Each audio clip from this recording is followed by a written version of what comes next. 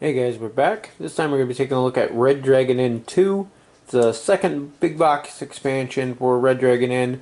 Adds another 4 characters to the game, each with their own little theme and abilities. And not too much else in this one. This was before they started giving them all like special, unique mechanics and things of their own. But still adds new characters to the game, and I kind of like a couple of them. So we'll get in and take a look. So right on the top here we have our rules flyer. This pretty much tells you the entire rules on how to play the game. There aren't any real special, unique rules for the characters in this one. They play pretty much the same as the original 4 from the first box set, so they don't have an extra flyer for that. But all the basic rules you need to be able to play the game are in here. Then we have these larger playboards. I still like these. They come with all the bigger box expansions. They have the spots for your decks and turn order and everything on here. The thematic ones that come in, I think it's Red Dragon and 5, have character themes to them. They're smaller, but because of all the new characters having new mechanics and things, they have extra spots for each of the characters' abilities. Like these are actually below your counters here, and above it you have ones for like there's the pixie who has the pet. There's the Tinker Gnome who has the gadget deck and things like that, wrenches, inventions. So they have a spots for those. The Munchkin characters have the equipment slots all the way around the edge. I kind of like these ones better. I just wish they made these for all the other characters like that. The smaller ones are more convenient though, especially when you have all the characters laying around and need a place to store them.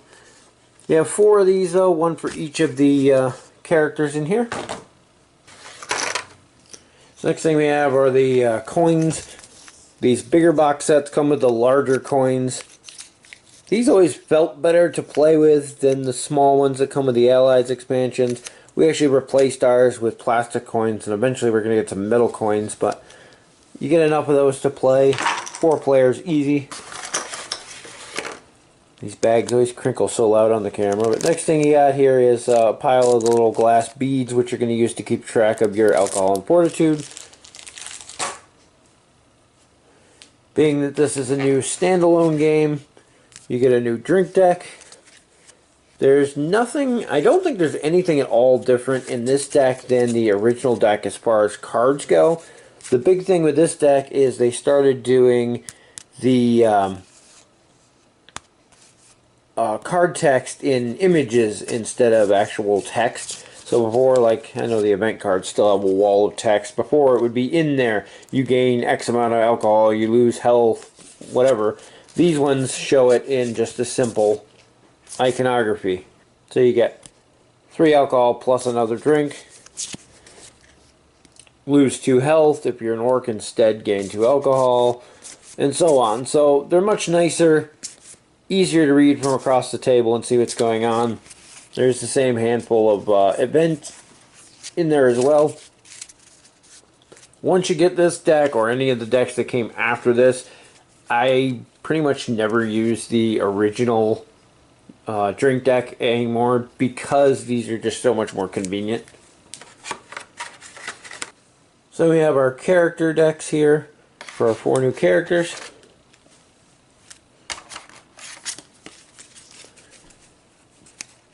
First one is Fleck the Bard. Now because these are more basic, like the first 2 Red Dragon Inns are basic characters, they don't have a lot of uniqueness to them, but they're a little bit more balanced. They don't have all the funky special mechanics. So the first half or so of the deck, pretty much the same cards in all of them. You got your gambling cards in there and your I don't think so's and things like that. The last half of the deck has some more specialized cards which kind of play to the characteristics of the character. And for Fleck here, he's kind of full of himself and thinks that everybody likes him. So there's a lot of cards that play off that in there.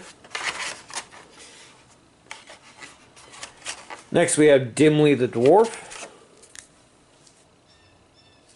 And again, first half or so of the deck is pretty standard stuff. In the back, more thematic towards the character. Dimli has a lot of money, and he likes to throw it around. And he also has a lot of cards to tinker with alcohol content because he's a dwarf and they drink. Next we have Gog the Half Ogre. And I love this character just because it is so thematic, especially when you get back in here to his unique cards.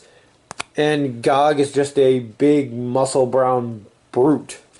And that's pretty much all there is to it. 90% of his cards in here, I think, are just direct lose fortitude. And you're just looking through and you got pick a player, they lose 2 fortitude. Pick a player, they lose 2 fortitude. Pick a player, they lose 2 fortitude. Pick a player, they lose 3 fortitude. There's one in here that makes everybody lose a fortitude, I think. Yeah, each player loses 1 fortitude. So, Grog is just your big, beat everyone down character. And I do like the artwork as well. And then last we have Eve the Illusionist. And she has some really cool abilities that basically make other players see and do things they should not. And again, nothing's too specialized in these decks, but the fluff text and things on there are what actually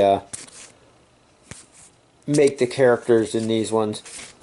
If you get a good group of players who can play their character in character, which I've had a couple groups who do, and they as they read out the cards as they play them, they do it in their opinion of what the characters would be like, and it adds a whole new aspect to the game, which is kind of fun. And that's pretty much all there is to it. That's a really quick look at Red Dragon Inn 2. The newer expansions to the game have added a lot more depth to the characters. Each one usually introduces some kind of new mechanic and really separates themselves from all the other previous characters, making each one feel very new and unique.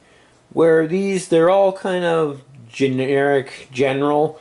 They do have some theme to them, but it's more in how you play them than how the decks work. They all relatively have a lot of the same cards in there.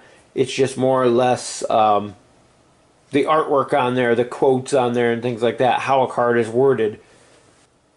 In the end, though, if you're just getting into the series, Red Dragon Inn 2 expands upon the original game, allows you to play more players while not overcomplicating. It really doesn't change anything in the game. It adds the new, easier-to-read drink deck, which is nice.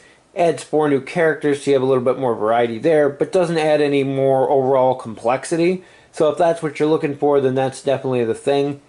If you're more interested in the more interesting and more unique characters, then you might want to look into some of the other expansions and skip this one unless you really like one of the characters in here. I know I have a friend who loves the Bard, so.